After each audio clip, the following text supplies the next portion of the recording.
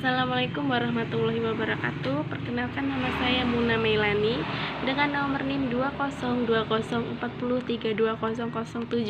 Saya di sini akan memaparkan materi saya yang berjudul Pendidikan Keimanan Al-Qur'an Surat Yunus ayat 57. Yang pertama yaitu ada pendahuluan. Yang pendahuluannya adalah Al-Qur'an sebagai petunjuk atau penerang jalan hidup.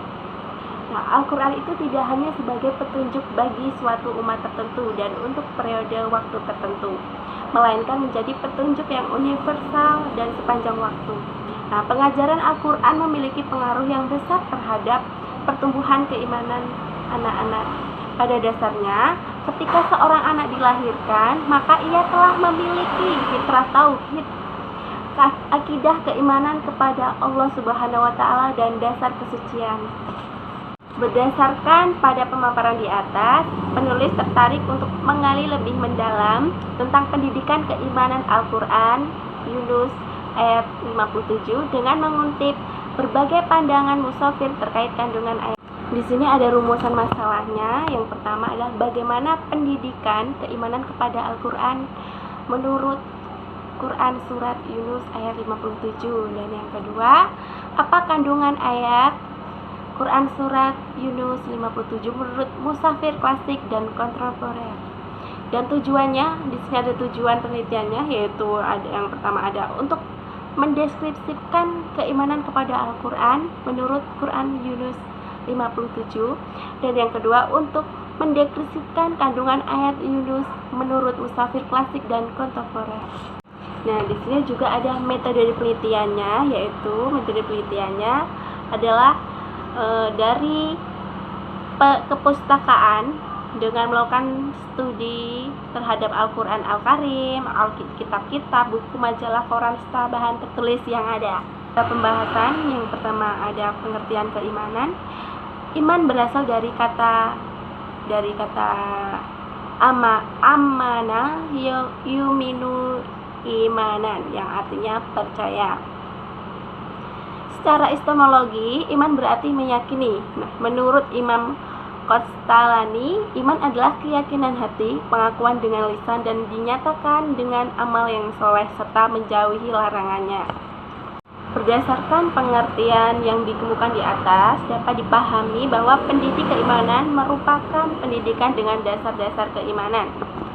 Tugas pendidik dan orang tua dalam menumbuhkan anak dasar pendidikan keimanan yang sempurna, yang pertama adalah hendaknya para pendidik dan orang tua memberikan petunjuk kepada anak-anak tentang keimanan, dan yang kedua adalah pada anak hendaknya ditanamkan roh khusyuk takwa kepada Allah Subhanahu wa Ta'ala, dan yang ketiga mendidik jiwa menyadari akan pengawasan Allah. Dan yang kedua, pengertian Al-Quran secara bahasa berasal dari kata yakrau yang berarti sesuatu yang dibaca. Arti ini mempunyai makna anjuran kepada umat Islam untuk membaca Al-Quran. Al-Quran juga bentuk masdar yang berarti menghimpun dan mengumpulkan. Di sini ada tujuan keimanan kepada Al-Quran. Yang pertama ada untuk mempertebal keimanan kepada Allah Subhanahu wa Ta'ala, dan yang kedua memperkuat keyakinan seorang terhadap tugas Nabi Muhammad, dan yang ketiga menambah ilmu pengetahuan, dan yang terakhir menanamkan sikap toleransi terhadap pengikut agama lain. Di sini ada kandungan surat Yunus, yaitu saya bacakan dulu. Ya ayyuhan nasyu qad ja'atkum mau'izatun min rabbikum wa shifa'un lima fis suduri wa hudan wa rahmatun lil mu'minin, yang artinya, hai manusia, sesungguhnya telah datang kepadamu pelajaran dari Tuhanmu dan penyembuh bagi penyakit-penyakit yang berada dalam dada, dan bertunjuk serta rahmat bagi orang-orang yang beriman.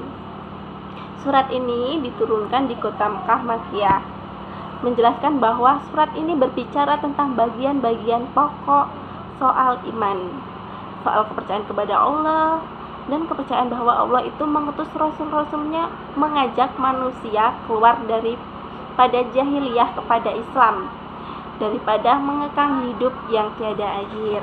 Nah, di sini ada penafsiran Quran Yunus. Yang pertama ada pengajaran, yang kedua penyembuh, dan yang ketiga petunjuk, dan yang keempat rahmat. Yang terakhir yaitu ada kesimpulan. Kesimpulannya adalah Quran surat Yunus ini menerangkan keimanan kepada Al-Quran dengan bentuk pengajaran, baik dengan diturunkan atau diimani, dan dalam bentuk lafaz atau susunan kata, dalam bentuk fisiknya di situ ada Al-Quran maupun ajaran di dalamnya. Nah, Al-Quran itu sebagai pedoman tertinggi yang ada di dalamnya. Dalamnya mengandung penyembuh atau obat, petunjuk, dan rahmat.